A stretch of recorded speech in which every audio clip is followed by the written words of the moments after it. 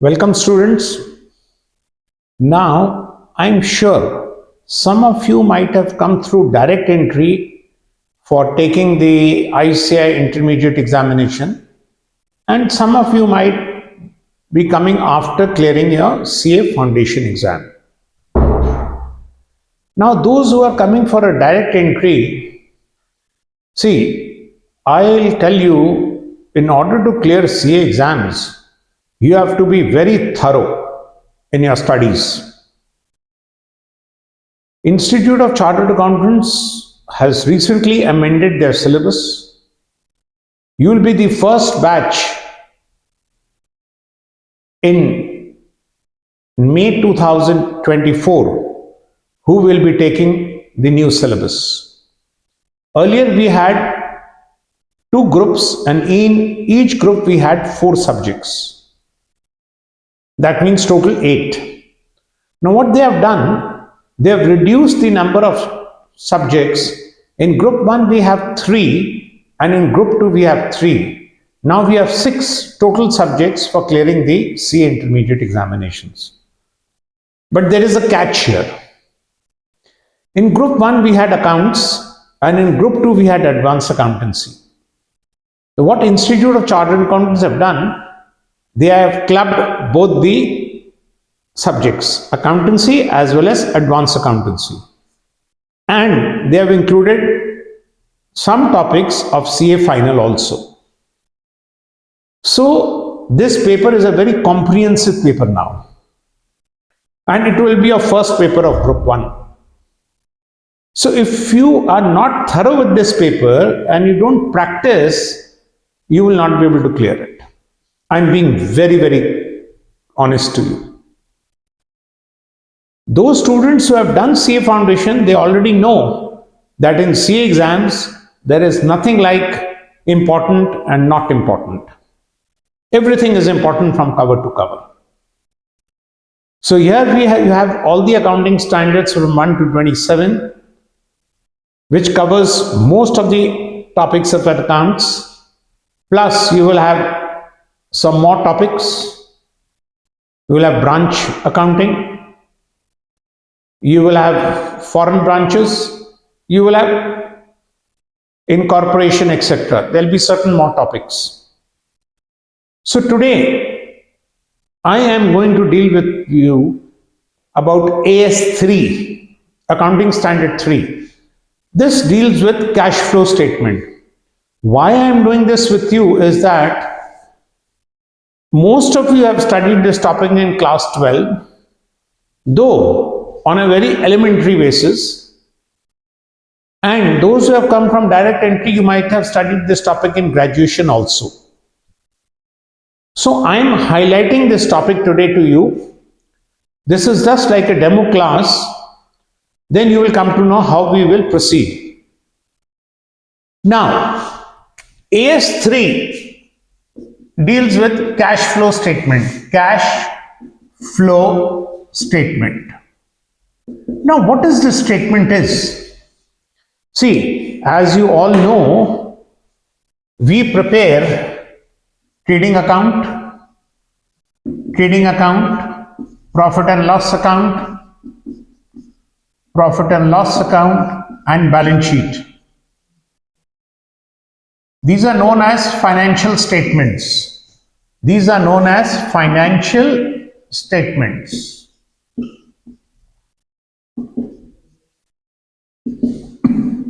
See, by preparing trading account, profit and loss account, and balance sheet, yes, you will come to know about the company's position, how much profit or loss they have incurred during the year, what is their total turnover, how much purchases they made, what are their direct expenses, what are their indirect expenses, their operating income, their non-operating income. But the most important part is cash flow. Cash flow. Now, when any enterprise has to take loans, whether long-term loans from financial institutions, or they issue debentures, or if they issue share capital also, they have to prepare cash flow statements, and the lender will always ask for cash flow statements. Now, what are these cash flow statements? We divide into three parts: operating activities, number one. Number two, investment activities. And number three, we have financial activities. These are the three activities from where we have to calculate our cash inflows and cash outflows. Cash inflows and cash outflows. Now, this is a very important aspect for a chartered accountant. The reason being, see, you might have a very good balance sheet. Now, we have to see what is the business enterprise is doing. The main aim of the business, of any business enterprise, is operating activities. What do you mean by operating activities?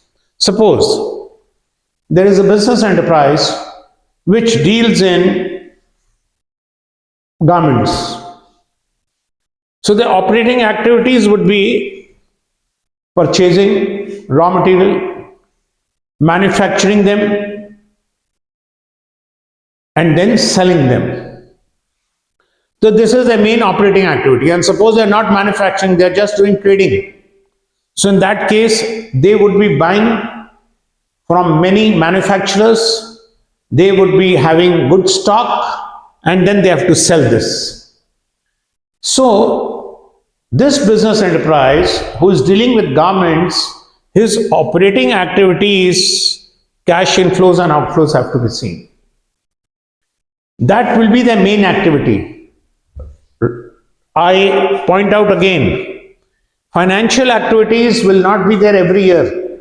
No business enterprise issues share capital every year. No business enterprise issues debentures every year. No business enterprise take long-term loans every year. No.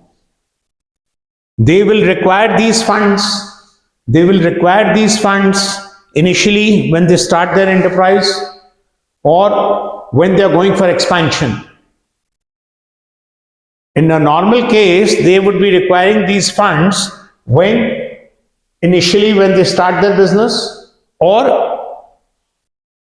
in between when they are going for expansion. Yes, another part of financial activities would be if a firm has a good cash flow, they can repay their loans. Why? Because on loans you have a fixed rate of interest. And if you have surplus funds, it is better to repay the loans. Suppose a business enterprise has surplus funds and they don't have to invest that. They don't require those funds. So it is always better to repay your loans. Because as soon as you repay your loans, your fixed interest liability gets over. And then the earnings will go to the shareholders. Now, this type of activity does not happen on a regular basis. Then we come down to investment activities. Investment activities are those activities where a business firm invests in fixed assets like plant and machinery, land and building,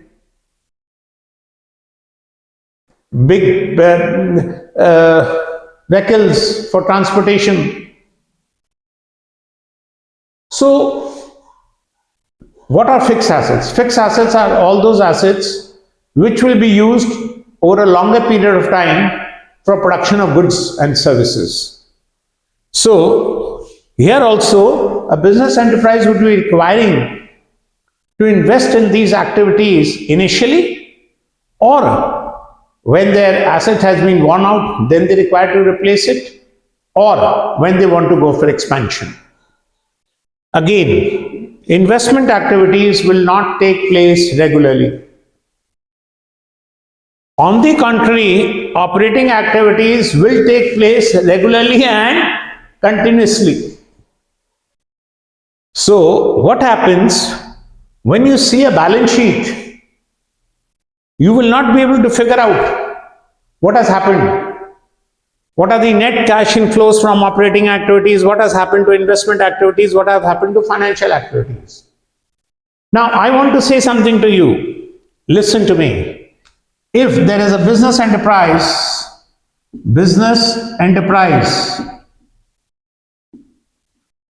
their operating activities are not good. Operating activities, their cash flow from operating activities is not increasing, is not there. That means their cash outflows are more. Their cash outflows are more.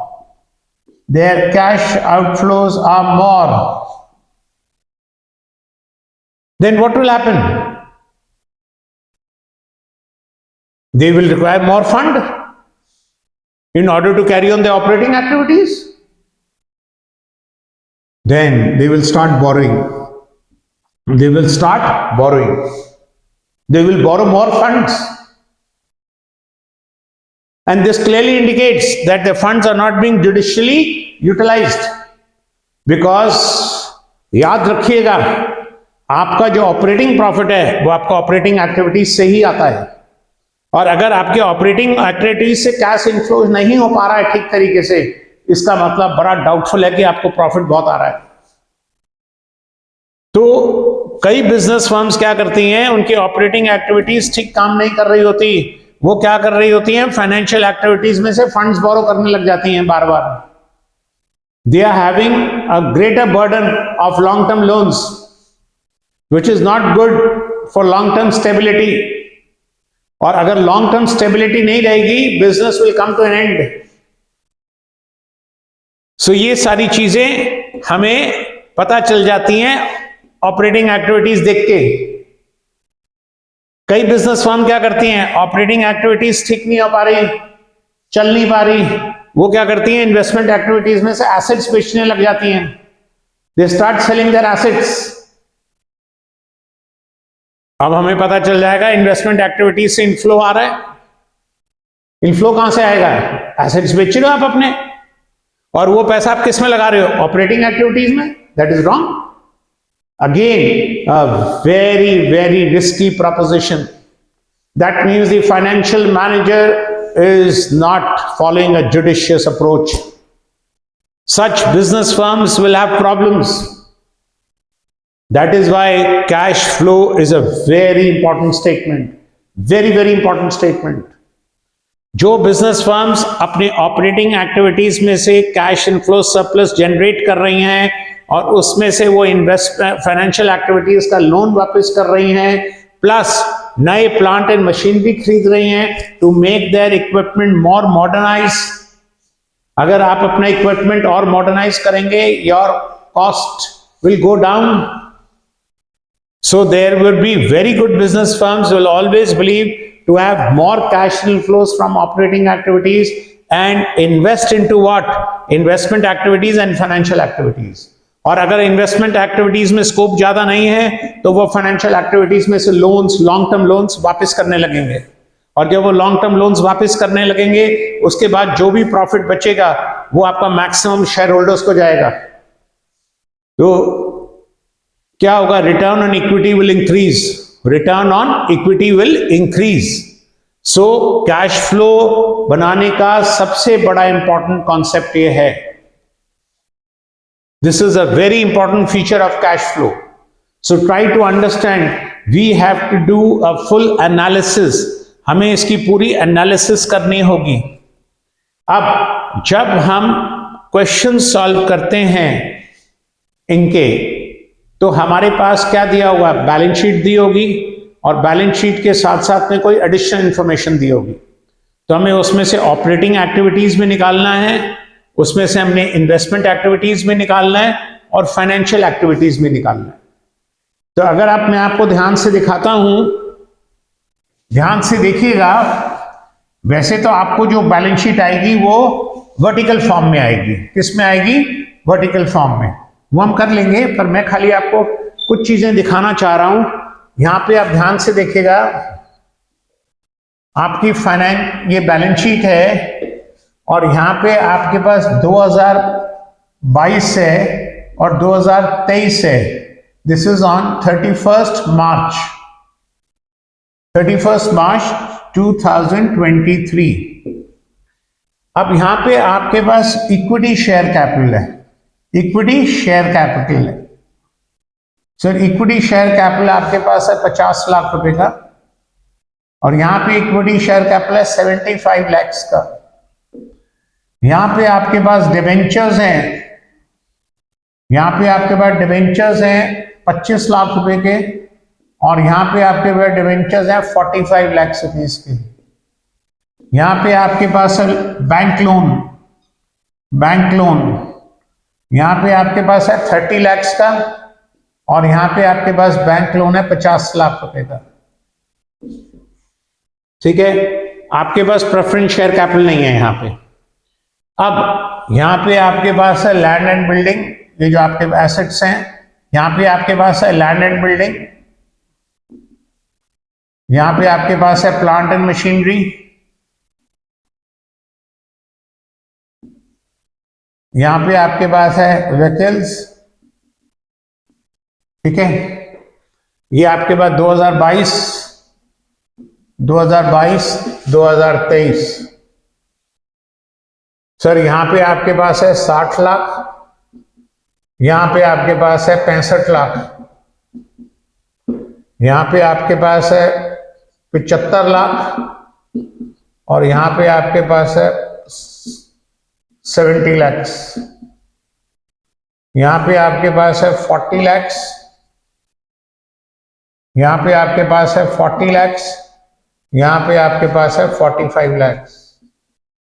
बाकी आपके पास यहां पे ये fix assets हैं और ये आपके यहां पे करंट एसेट्स हैं। तो ध्यान से देखिएगा, हमारे पास जो पैसा आया है वो 25 लाख प्लस 20 लाख, 45 लाख प्लस 20 लाख। तो हमारे पास कितना पैसा आ गया? 20 यहां आ गया, 20 यहां आ गया, 40 और 25 यहां पे आ गया। 65 लाख रुपीज हमारे पास आया है और हमने खाली लगाया कितना? कुछ भी नहीं लगाया। सर यहां तो हमारा डिप्रिसिएशन हो रहा है, कोई इन्वेस्टमेंट नहीं है प्लांट एंड मशीनरी में। लैंड एंड बिल्डिंग में खाली 5 लाख रुपए का क्या किया हमने? यहां भी कुछ नहीं किया। इसका मतलब ये पैसा कहां लग रहा है आपका? ये सारा पैसा मिसमैनेज हो रहा है। ये जब हम कैश फ्लो स्टेटमेंट बनाएंगे पकड़ लेंगे एकदम। इस केस में क्या हो रहा है? इसका इनफ्लो आ रहा है, इसमें थोड़ा सा आउटफ्लो जा रहा है, तो इसका बाकी जो इनफ्लो आ रहा होगा, बाकी जो इनफ्लो आ रहा है वो आपके ऑपरेटिंग एक्टिविटीज में लग रहा है। अगर ऑपरेटिंग एक्टिविटीज में नहीं लग रहा तो यहां पे क्या हो सकता है? Cash in hand. Cash in hand पहले आपके पास था 15 लाख रुपए और अब आपके पास है 50 लाख रुपए। इसका मतलब क्या हो गया? आपके कितने से कैश इन हैंड इंक्रीज कर गया? 35 लाख से। क्या जरूरत है?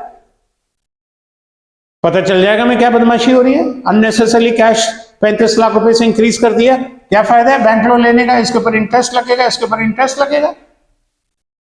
आपने यहां से 20 लाख ले लिया, यहां से 20 लाख ले लिया, कैश इन हैंड बढ़ा रहे हैं। What is the use?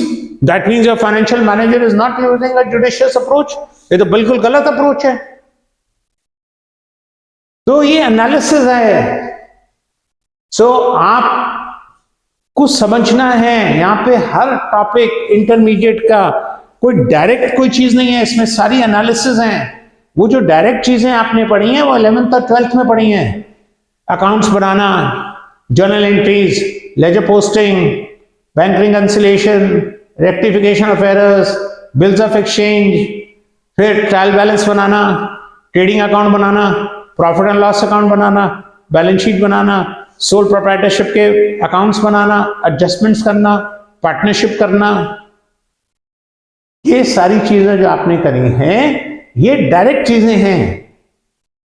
और ग्रेजुएशन में भी आपने यही चीजों को और आपने एक्सप्लिसिटली पढ़ा है यहां पे जो हम एनालिसिस कर रहे हैं ये एनालिसिस है। यहां पे एज अ चार्टर्ड अकाउंटेंट वो चीजें जो आपने 11th 12th में पढ़ी हैं वो सीए फाउंडेशन एंट्रेंस एग्जाम में आई हैं, वो इंटरमीडिएट लेवल पे नहीं आएंगी। इंटरमीडिएट लेवल पे तो कॉन्सेप्ट ही अलग आएगा। इसके बाद सीधा आपके पास फाइनल में अकाउंट्स होगा और वो भी कंपनी अकाउंट्स का कुछ पार्ट होगा, बस बड़ा डिफरेंट टाइप का अकाउंट्स होगा। यहां पे ये सारा अकाउंट्स खत्म हो जाएगा इंटरमीडिएट लेवल पे। इंटरमीडिएट में अगर आपने अकाउंट्स का पेपर अच्छा किया है, अगर आपको आता है, इसका मतलब you will be a successful chartered accountant. नहीं तो आपको ये पेपर ही क्लियर करना मुश्किल हो जाएगा। आपने रजिस्ट्रेशन कराया होगा, स्टडी मटेरियल आ गया होगा आपके पास, स्टडी मटेरियल खोल के देखिएगा, go through your study material, you will come to know. So you have to be very very smart. तो मैं आज आपको थोड़ा सा आइडिया दे रहा हूं। यहां पे देखिए, आप खुद देखिए क्या हो रहा है, क्योंकि बैंक लोन के ऊपर इंटरेस्ट देना है और यहां पे इंटरेस्ट देना है और ये पैसा यूज ही नहीं हो रहा है, आप इंटरेस्ट निकालेंगे कैसे? इसका मतलब अगर जो पुराना जो प्रॉफिट हो रहा है उसमें से आप इंटरेस्ट ही देते रह जाएंगे तो रिटर्न ऑन इक्विटी क्या मिलेगा? रिटर्न ऑन इक्विटी नहीं मिलेगा तो क्या होगा? मार्केट में इक्विटी शेयर्स की वैल्यू गिर जाएगी। समझो, you have to understand what is going around. तो ये टॉपिक ऐसा टॉपिक है जिसमें हमें पूरी एनालिसिस करनी है, आउटफ्लोज इनफ्लोज की, ये 3 एक्टिविटीज हैं। अब हमारे पास ये जो करंट एसेट्स होते हैं like sundry debtors, bills receivable,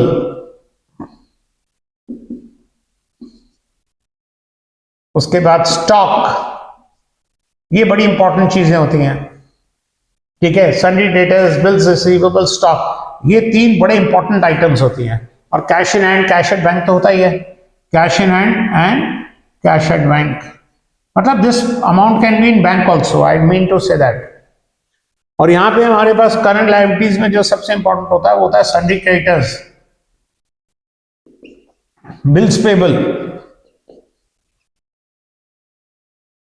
outstanding expenses, outstanding expenses, ये सबसे ज्यादा होता है। ये जो चीजें इफेक्ट होती हैं ये हमारे ऑपरेटिंग एक्टिविटीज के लिए इफेक्ट होती हैं, ये हमारी ऑपरेटिंग एक्टिविटीज के लिए इफेक्ट होती हैं। अब आपको एक चीज समझाता हूं, ध्यान से समझिएगा और ध्यान से देखिएगा।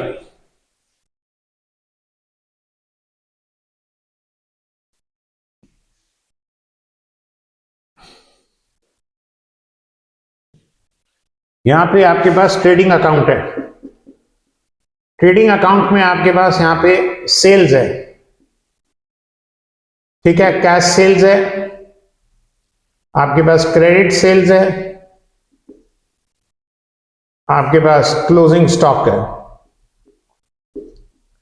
यहां पे आपके पास ओपनिंग स्टॉक है, यहां पे आपके पास परचेजेस हैं, कैश परचेजेस हैं, क्रेडिट परचेजेस हैं, ठीक है, डायरेक्ट एक्सपेंसेस हैं,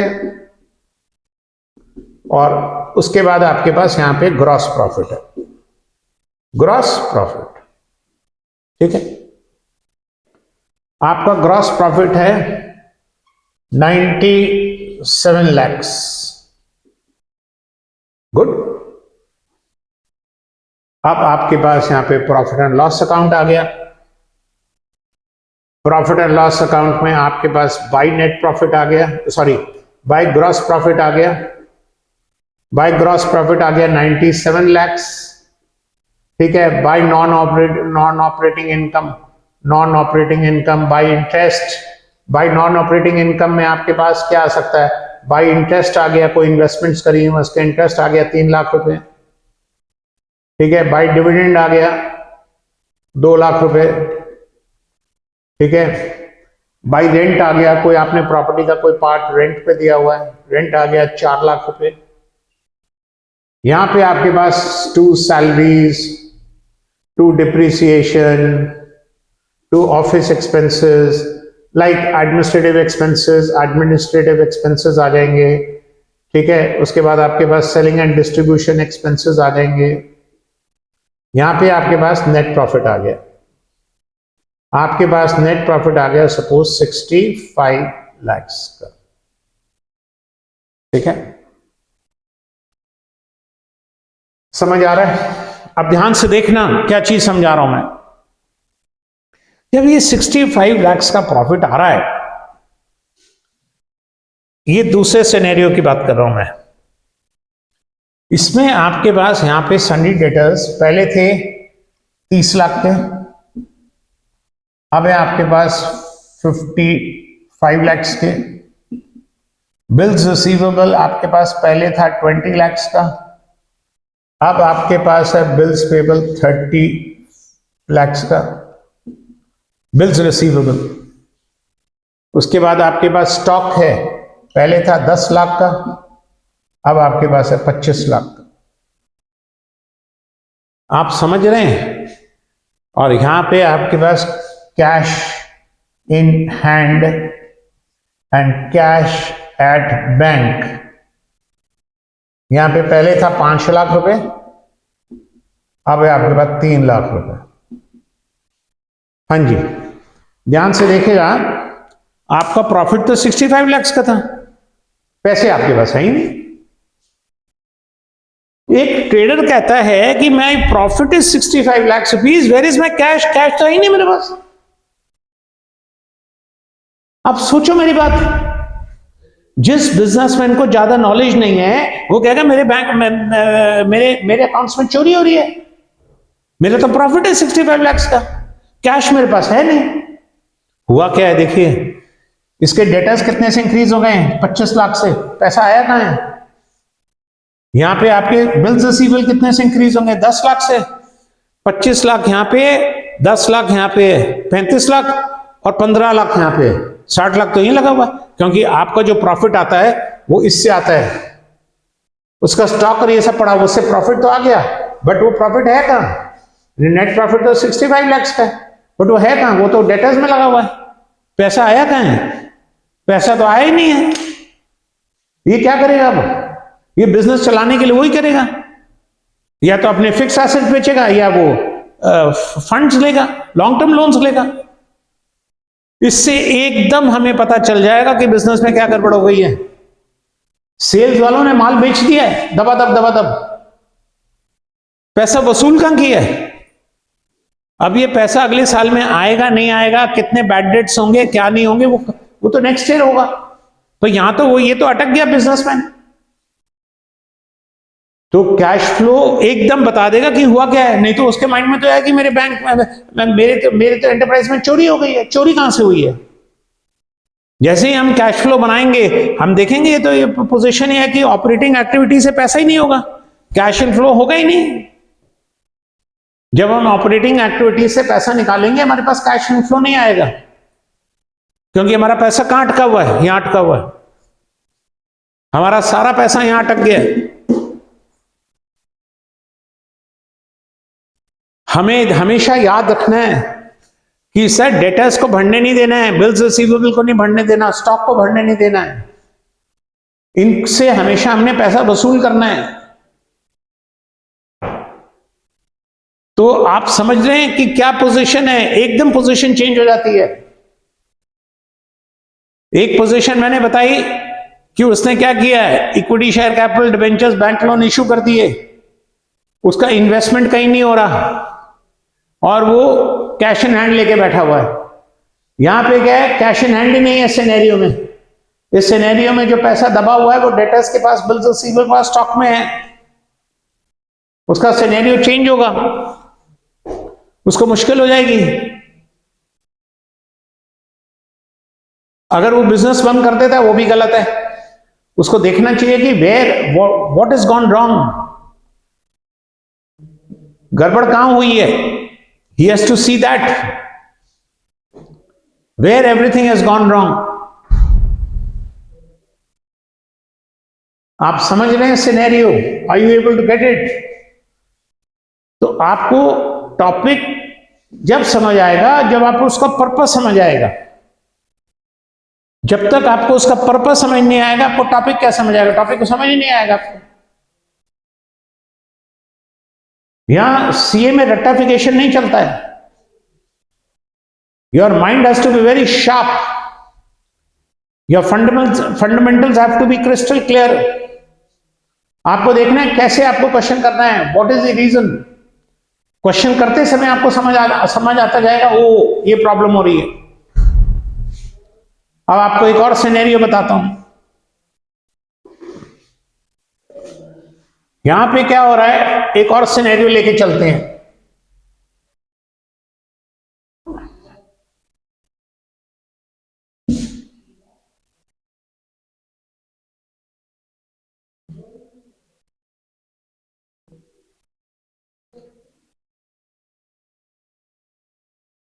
इस सिनेरियो में क्या हो रहा है, हमारे पास प्लांट एंड मशीनरी है,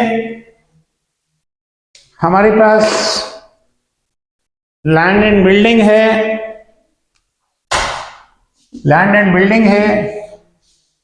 हमारे पास व्हीकल्स हैं, ठीक है। प्लांट एंड मशीनरी 40 लाख की थी, अब रह गई 15 लाख की। लैंड एंड बिल्डिंग 60 लाख की थी, अब रह गई 30 लाख की। सर ये हमारे पास 15 लाख के थे, अब रह गए 2 लाख के। सर यहां पे हमारे पास कैपिटल पहले था 50 लाख का, अब आ गया 25 लाख का। यहां पे हमारे पास डिबेंचर्स पहले थे 40 लाख के, अब आ गए 60 लाख के। लॉन्ग टर्म लोन पहले था 15 लाख का, अब आ गया 40 लाख का, ठीक है। फिर हमारे पास करंट लायबिलिटीज हैं या करंट एसेट्स हैं। अब ध्यान से देखिएगा, यहां पे कैपिटल कम हो रहा है, डिबेंचर्स 20 लाख से, यहां पे 25 लाख से, डिबेंचर्स 20 लाख से और ये 25 लाख से। साफ दिखाई दे रहा है हमारे पास हमने फाइनेंशियल एक्टिविटी से 45 लाख रुपए उठाया है, जिसमें से 25 लाख रुपए तो हमने कैपिटल में निकाल दिए आउटफ्लो में। और यहां पे भी देखिए प्लांट और मशीनरी बिक रहा है, लैंड एंड बिल्डिंग बिक रहा है, व्हीकल्स बिक रहे हैं। ये क्या दिखा रहा है? ये दिखा रहा है बिजनेस उड़ाने वाला है, भागने वाला है। ये बिजनेस एंटरप्राइज कभी बंद कर देगा, क्योंकि इसने क्या किया है, यहां धीरे धीरे ये चाल चल रही है। देखिएगा मैं क्या दिखाने की कोशिश कर रहा हूं आपको। यहां पे वो अपना कैपिटल उसने वापस कर दिया है, डिबेंचर्स इंक्रीज कर लिए, लॉन्ग टर्म लोन्स इंक्रीज कर लिए, plant and machinery down, land and building down, vehicles down. पैसा कहां जा रहा है? अब ये पैसा यहां पे इसके पास कैश इन हैंड में आ जाएगा और कहीं नहीं हो सकता। कैश इन हैंड, सपोज यहां पे पहले 15 लाख का है, अब कैश इन हैंड आपके पास हो गया 65 लाख का, 50 लाख से कैश इन हैंड बढ़ गया। ये क्या कुछ ना कुछ फिशी है? क्या करना चाह रहा है? एकदम रिपोर्ट में आ जाएगा। आपने देखा है बड़े सारे एंटरप्राइजेस बैंक से लोन ले लेते हैं करोड़ ऑफ रुपीस का और लोन रीपेमेंट नहीं कर पाते। वो लोन रीपेमेंट क्यों नहीं कर पाते? वो ये गड़बड़ कर रहे हैं। पहले उन्होंने फिक्स एसेट्स खरीद लिए, पैसा इन्वेस्ट कर दिया, फिर धीरे धीरे फिक्स एसेट्स भी साइफन ऑफ करते गए, बेचते गए, वहां पे अपना कैपिटल भी निकाल लिया। क्या होगा? ऑपरेटिंग एक्टिविटीज से उतना पैसा जनरेट ही नहीं हो रहा। जब ऑपरेटिंग एक्टिविटीज से कैश इनफ्लो नहीं आएगा तो बैंक लोन वापस कैसे करेंगे? कर ही नहीं पाएंगे। फिर वो बैंक लोन का पैसा नहीं देते। कितने कितने आपने देखा है इंडस्ट्रियलिस्ट, कितने बड़े बड़े इंडस्ट्रियलिस्ट, किसी का 300 करोड़ है, किसी का 400 करोड़ है, किसी का 250 करोड़ है, किसी का 1000 करोड़ है, पैसा नहीं देते। क्यों नहीं देते? This is the reason. इसलिए ये कैश फ्लो स्टेटमेंट चाहिए। This is the duty of the chartered accountant to report. That is why all these things are being taught to you. ये टॉपिक फाइनल में नहीं मिलेगा आपको. अगर आपने यहाँ पे इंटरमीडिएट लेवल में इसको सीख लिया तो ठीक है, अगर आपने नहीं सीखा तो आप सीए बनने के बाद सॉरी, आपको समझ ही नहीं आएगा क्या हो रहा है. इसलिए सीए में वही स्टूडेंट पास करता है जो अपनी नॉलेज को एकदम डेप्थ रखता है और क्रिस्टल क्लियर रखता है, प्रैक्टिस करता है. You have to understand. आप जब तक इसको अंडरस्टैंड नहीं करेंगे आपको नहीं समझ आएगा. मैं बार बार बता रहा हूं, मैंने आपको सिनेरियोस दिखा रहा हूं मैं क्या हो रहा है. बाकी क्वेश्चन तो मैकेनिकल है, वो तो मैं आपको समझा दूंगा क्वेश्चन कैसे करते हैं, बट उससे पहले आपको ये समझना है कि व्हाट इज द रीजन, हो क्या रहा है. This is why cash flow statement is a very important part. अब तो क्या हो गया है कि when you prepare the balance sheet of your client, cash flow statement is necessary. AS3 में आपको इसको बनाना पड़ेगा और एनुअल जनरल मीटिंग में इसको भी प्लेस किया जाता है with the financial statements. This is a very very important thing. 12th में आपने जो पढ़ा बड़ा एलिमेंट्री पढ़ लिया, ठीक है. अब आपको एक चीज और समझाऊंगा, ध्यान से देखना. ये बैलेंस शीट यहां पे दोनों तरफ टैली मिलेगी आपको, ठीक है. जब आप ऑपरेटिंग एक्टिविटी से कैश इनफ्लोज एंड आउटफ्लोज निकालेंगे तो इसका नेट फ्लोज निकल के आएगा, इसका भी नेट फ्लोज निकल के आएगा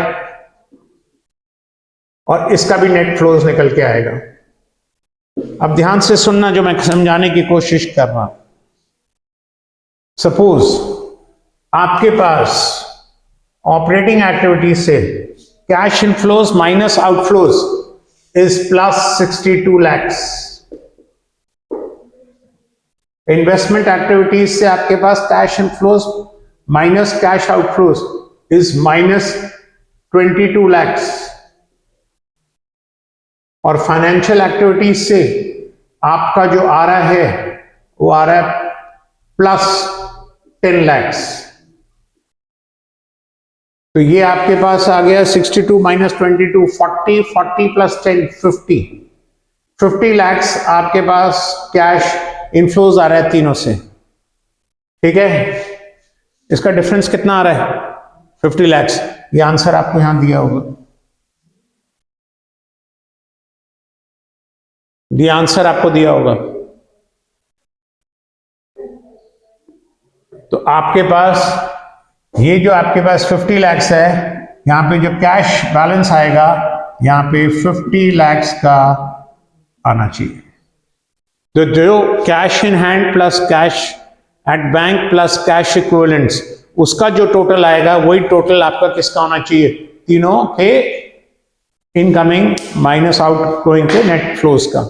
आंसर आपके पास दिया होता है. You already have the answer in the question, but ये आया कहां से, इसका हम पोस्टमार्टम करते हैं. इसका हम पोस्टमार्टम कैसे करते हैं, मैंने अभी आपको बताया.